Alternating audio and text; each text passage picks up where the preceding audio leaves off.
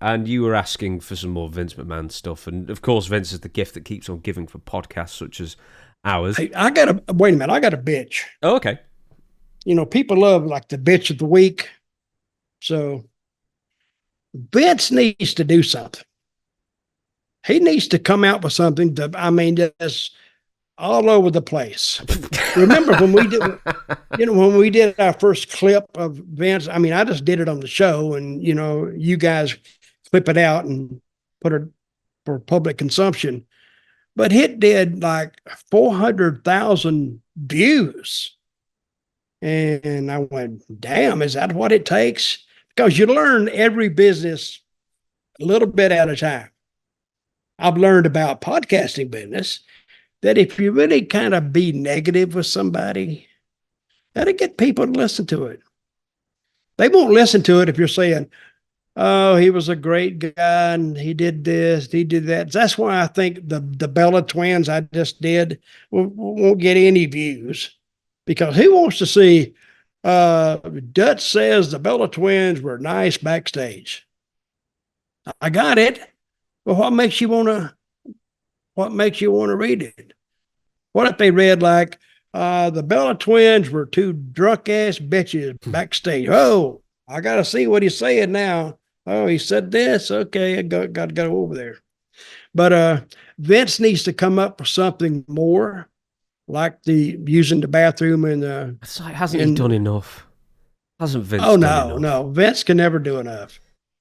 Well, I'm ready to hear more dirt on Vince. I'm not sure there's dirt so much, but it's interesting. It's historical, really. On April 12th, Vince McMahon made available his remaining 8,021,405 shares in TKO. That is an entirety of the remaining equity in his TKO WWE portfolio. So after these are gone, he'll be fully divorced from WWE. As of last Friday, the value of this stock would have been around $786 million. So this will be the fifth and final sale of stocks by Vince, with McMahon making all told some $2.3 billion pre-tax. Now think about that. $2.3 billion out of the wrestling business that used to be considered trashy entertainment. And people, I read this the other day, people soon forget, how Vince started all this stuff. He didn't start wrestling, of course, but he took it and he molded it and he changed it in such a way that he could sell his stock now for $2.3 billion. Some would say ruined it. Would you say he ruined wrestling? Hell no. He didn't ruin wrestling. It's doing the best now it's ever done. Who said it ruined it? Oh, I don't know. The Jim Cornettes of the world, I think, would say he's ruined wrestling, sports entertainment, and that kind of thing. Sports entertainment, what is that anyway? He ruined it. But he didn't ruin it, no. Because you can't ruin wrestling. You can't kill it either. I've tried for like 50 years to kill it, and I still can't kill it. I tried to kill a town in Puerto Rico one time by just making all the people happy and sending them home. And the next week, 50 more people showed up. I went, well, damn. And I had done it on purpose, really. I didn't want to go to the town every week. And so I put all the baby faces over and, just did a little deal at the end just to make the promoters think that I give a crap about it. Hell, the house went up another 50 people. Then the next week they called me and they said, what are you doing in that town that's coming up? And I was trying to kill it, but I couldn't tell them that. So the territory just got hot, and I said, well, damn, maybe I just quit thinking about it and I just thought about two angles. And that's what I based on. All the other angles underneath, I didn't care. Let the good guy win. Let's all go home happy. Except for that last one, which was what I wanted them to remember. And they would remember that. So, but what was I saying? Well, do you know what? It's quite You prescient. can't ruin it. You can't ruin it. No. Well, the next question was, and some people have advanced this, and these aren't just crazy people, but some people of repute here and there, I'm sure. How do you know they're not crazy? I don't know. We're all crazy after all these years, as Paul Simon sang. Do you think Vince McMahon will start another promotion? And some people in the know are saying that maybe he will. Now, okay, who are these people in the know? Would you consider me that, okay? Well, you're in the know. You're in the know. I'm in the know. Well, maybe Vince's personal trainer. He seems to know everything about Vince and wrestling. He does. So. He does know. He may. Do I think he'll start it? Hell no.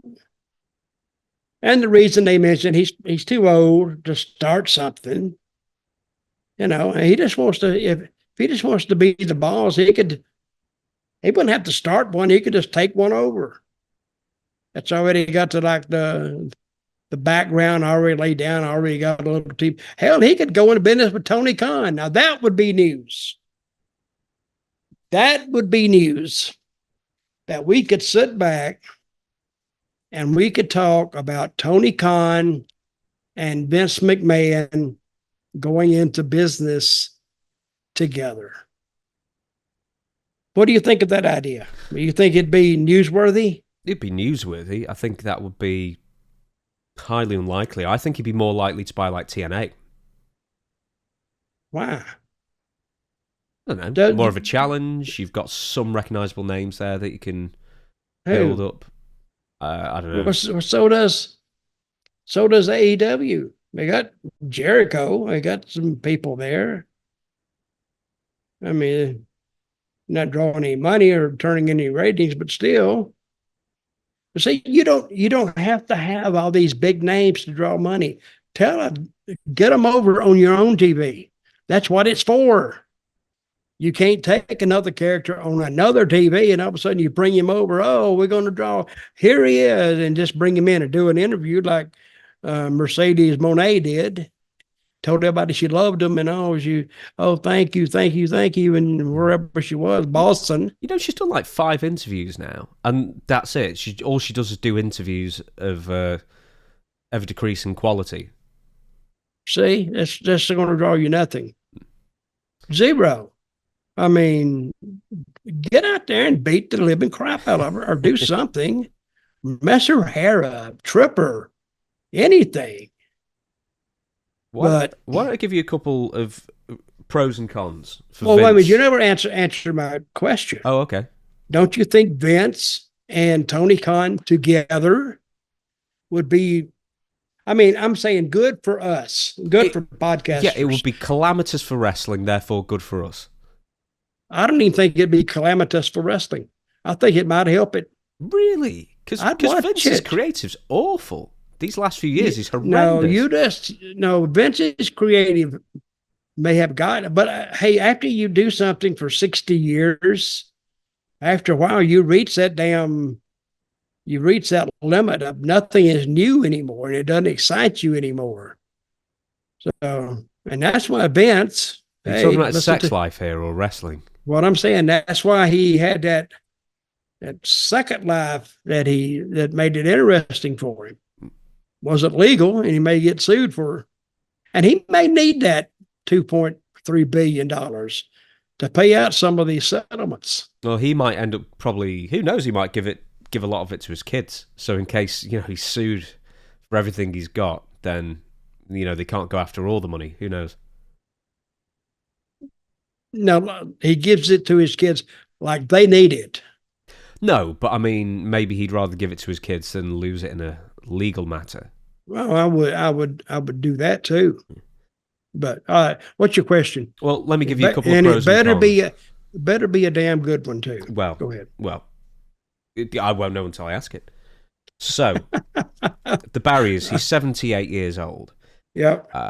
There's no name talent out of contract unless you want to start a promotion with Ryback and Goldberg. And that's about it. He has a terrible... and Jimmy Cornette.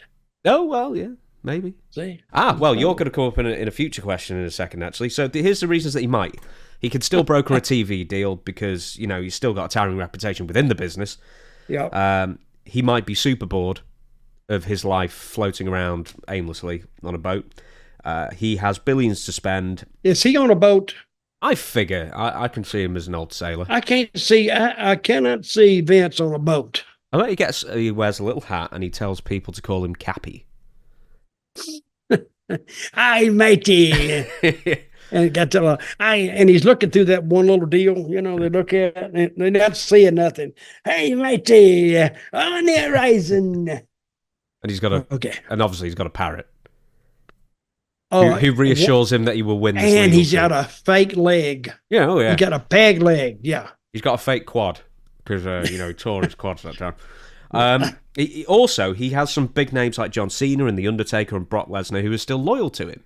So you never know if he invests money, at some point, who knows? Maybe he could lure one or two or three big names over. Yeah, he could, and he could be their source of money in their declining years. How old is Undertaker now? Late 50s, 58 maybe. Okay.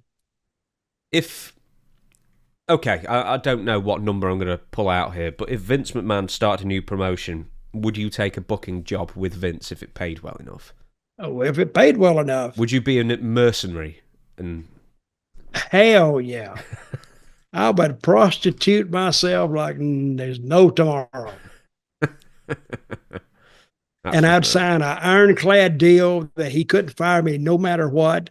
And on the first week, I wouldn't do it the first day.